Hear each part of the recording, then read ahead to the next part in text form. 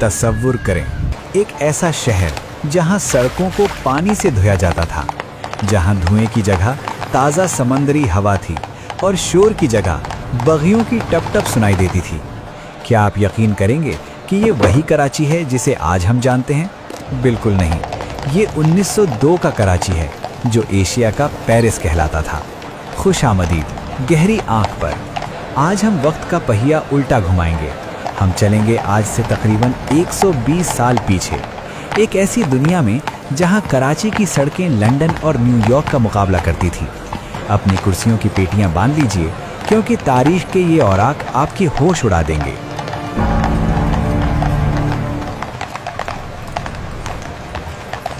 साल था 1902। बरतानवी राज का सूरज पूरी आबोताब से चमक रहा था। जरा सोचिए, एल्फिनस्टोन स्ट्रीट पर शाम ढल रही है, गैस के लैंप्स झिलमिला रहे हैं, गोरे अफसर और अमीर पारसी सेठ अपनी चमचमाती बग्घियों में घूम रहे हैं। उस वक्त के कराची में गंदगी का नामो निशान नहीं था। सुबह सवेरे म्यूनिसिपैलिटी के मुलाजिम सड़कों को ऐसे चमकाते थे जैसे कोई अपना घर साफ करता हो। मैरीवेदर टावर अभी नया नया तामीर हुआ था और उसकी घड़ी की टिक टिक पूरे इलाके में सुनाई देती थी। ये वो दौर था जब कराची की आबादी मुश्किल से 1 लाख थी, मगर इसका रुतबा किसी सल्तनत से कम नहीं था। लेकिन सबसे हैरानकुन मंजर था यहाँ की ट्रैम। 1902 में कराची की सड़कों पर भागम भाग नहीं थी, बल्कि एक अजीब सा ठहराव था।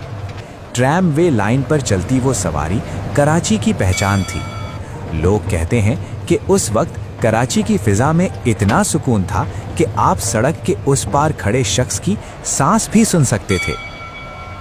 मगर ये तस्वीर का सिर्फ एक रुख है। रोशनियों और सफाई के पीछे 1902 के कराची में कुछ इलाके ऐसे भी थे जहां अंग्रेजों को जाने की इजाज़त नहीं थी, जहां रात होते ही एक अलग दुनिया आबाद होती थी, एक ऐसी हकीकत जो तारीख की किताबों में अक्सर छुपा दी जाती है। जैसा कि हमने पिछले हिस्से में बताया, 1902 का कराची सिर्फ चमकती सड़कों का नाम नहीं था।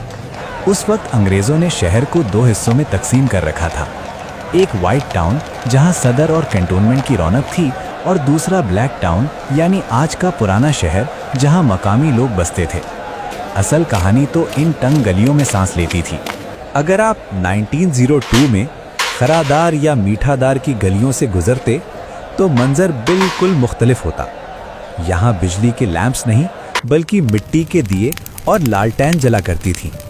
मगर इन्हीं गलियों में कराची की रूह बसती थी।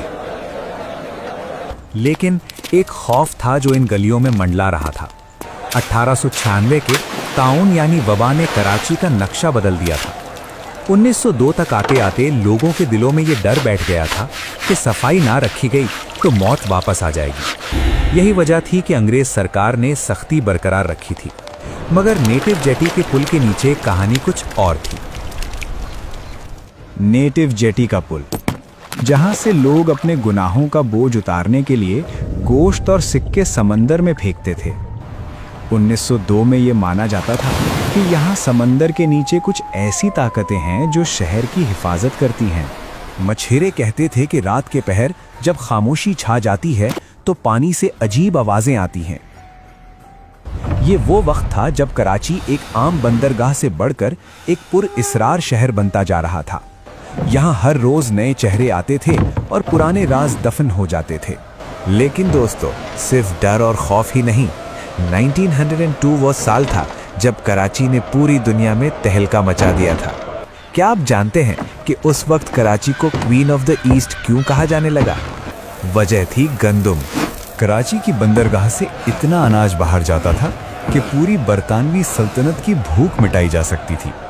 पैसा पानी की तरह बह रहा था और इस दौलत ने शहर में कुछ ऐसी इमारतें खड़ी कर दी थी जो आज भी हमें हैरान करती हैं। इन्हीं इमारतों में से एक इमारत ऐसी थी जिसके नीचे कहा जाता है कि अंग्रेज़ों ने बागियों को सज़ा देने के लिए तहखाने बनाए थे। वो जगह जो आज हमारे लिए सिर्फ ख़रीदारी का मरकज़ है, लेकिन 1902 में वहाँ खून और खौफ की तारीख लिखी जा रही थी। वो इमारत कौन सी थी? और कराची की जमीन के नीचे छुपे उस अजीम खजाने की हकीकत क्या है, ये सब हम आगे देखेंगे। जुड़े रहिए गहरी आंख के साथ, तारीख अभी बाकी है। वो इमारत कोई और नहीं बल्कि कराची की शान एम्प्रेस मार्केट थी।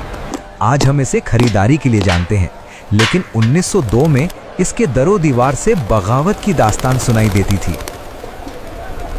कहा जाता है कि जिस जमीन पर यह मार्केट खड़ी की गई, वहां 1857 की जंगे आज़ादी के बाद बागियों को तोपों से उड़ा दिया गया था। अंग्रेज़ों ने ये आलीशान मार्केट उस खून आलूद माजी को छुपाने के लिए बनाई थी। 1902 में जब यहाँ सुबह का बाजार लगता था, तो अंग्रेज़ मेम साहिबाइन यहाँ से ताज़ा फल खरीदती थीं, बेखबर उस हकीकत से कि उनके पैरों के नीचे तारीख दफन है। एम्प्रेस मार्केट से निकलकर अगर हम थोड़ा आगे बढ़ें तो सुनाई देती थी नॉर्थ वेस्टर्न रेलवे की सीटी। ये 1902 का दौर था, जब कराची स्टेशन पर काले धुएं वाले इंजन्स की हुक्मरानी थी। ये रेलवे लाइन कराची की रगें थीं। पंजाब की गंदुम और कपास इन्हीं पटरियों के जरिए कराची की बंदरगाह तक पहुंचती थी। कैंट स्टेशन का मंजर किसी मेला से कम नहीं होता था। एक तरफ यूनिफॉर्म में मलबूस गोरे टिकट कलेक्टर्स और दूसरी तरफ पूरे हिंदुस्तान से आए हुए मजदूर और ताजिर। ये वो जगह थी जहां मशरिक और मगरिब का मिलाप होता था। लेकिन शहर का एक हिस्सा ऐसा भी था जहां आम आदमी का दाखला ममनू था। सिंध क्लब और कराची जिमखाना। 1902 की शामों में यहाँ पियानो की धुन बजती थी और क्रिस्टल के ग्लास टकराने की आवाज आती थी। यहाँ रहने वालों को लगता था कि बरतानवी राज कभी खत्म नहीं होगा। उनकी दुनिया में सुकून था, दौलत थी और लग्जरी थी, मगर उन्हें खबर नहीं थी कि वक्त करवट लेने वाला है। शहर में एक ऐसी मशीन आने वाली थी जो घोड़ों की जगह ले लेगी और रफ्तार के नए मायने लिखेगी। 1902 का साल खत्म होने को था और कराची एक नए दौर में दाखिल होने वाला था। हमने जमीन देखी, बाजार देखे और समंदर के राज जाने। कराची का वो मंजर जो शायद आपने कभी तसव्वुर भी न किया हो। पहली मोटर कार की आमद और मनोरा आइलैंड के वो किस्से जो आज तक बुजुर्गों के सीनों में महफूज हैं। आखिर 1902 के बाद कराची का पेरिस वाला टाइटल कैसे धुंधला पड़ गया। इस सफर का आखिरी और सबसे जज्बाती हिस्सा अभी आगे है। 1902 का साल खत्म होने को था और कराची की सड़कों पर एक नई आवाज सुनाई देने लगी थी। ये आवाज घोड़ों की टापों की नहीं बल्कि मोटर कार के इंजन की थी। जब पहली बार बगैर घोड़ों के चलने वाली ये बग्गी कराची की सड़कों पर निकली तो लोग हैरत से दंग रह गए। किसी ने इसे जादू कहा तो किसी ने शैतानी पहिया। ये सिर्फ एक गाड़ी नहीं थी, ये इस बात का ऐलान था कि कराची अब जदीद दौर में कदम रख चुका है। रफ्तार बढ़ने वाली थी और सुकून आहिस्ता आहिस्ता खत्म होने वाला था। लेकिन इन सब तब्दीलियों के दरमियान एक चीज अटल थी, मनोरा का लाइट हाउस। 1902 में जब शहर सोता था तो मनोरा की रोशनी समंदर में भटकने वालों को रास्ता दिखाती थी। इस मीनार ने कराची को एक मामूली मछेरा बस्ती से एशिया का पेरिस बनते देखा था। ये वो निगहबान था जिसने अंग्रेजों का उरूज भी देखा और फिर बाद में उनका जवाल भी। अगर मनोरा की दीवारें बोल सकती तो वो हमें बताती कि असल कराची कैसा था। आज जब हम 1902 की तस्वीरों को देखते हैं तो दिल में एक सवाल उठता है, वो शहर कहाँ खो गया? वो सड़कें जो पानी से धुली जाती थीं, वो डिसिप्लिन, वो नज़ाकत, क्या वो सिर्फ अंग्रेज़ों के साथ चली गई? कराची वही है, समंदर वही है, हवा वही है, मगर शायद हमने उस एहसास को खो दिया है जो इस शहर को अपना घर समझता था। 1902 का कराची हमें ये याद दिलाता है कि ये शहर सिर्फ ईंटों और पत्थरों का ढेर नहीं बल्कि एक जिंदा तारीख है। तारीख के सफ़र में हमारे साथ चलने का शुक्रिया।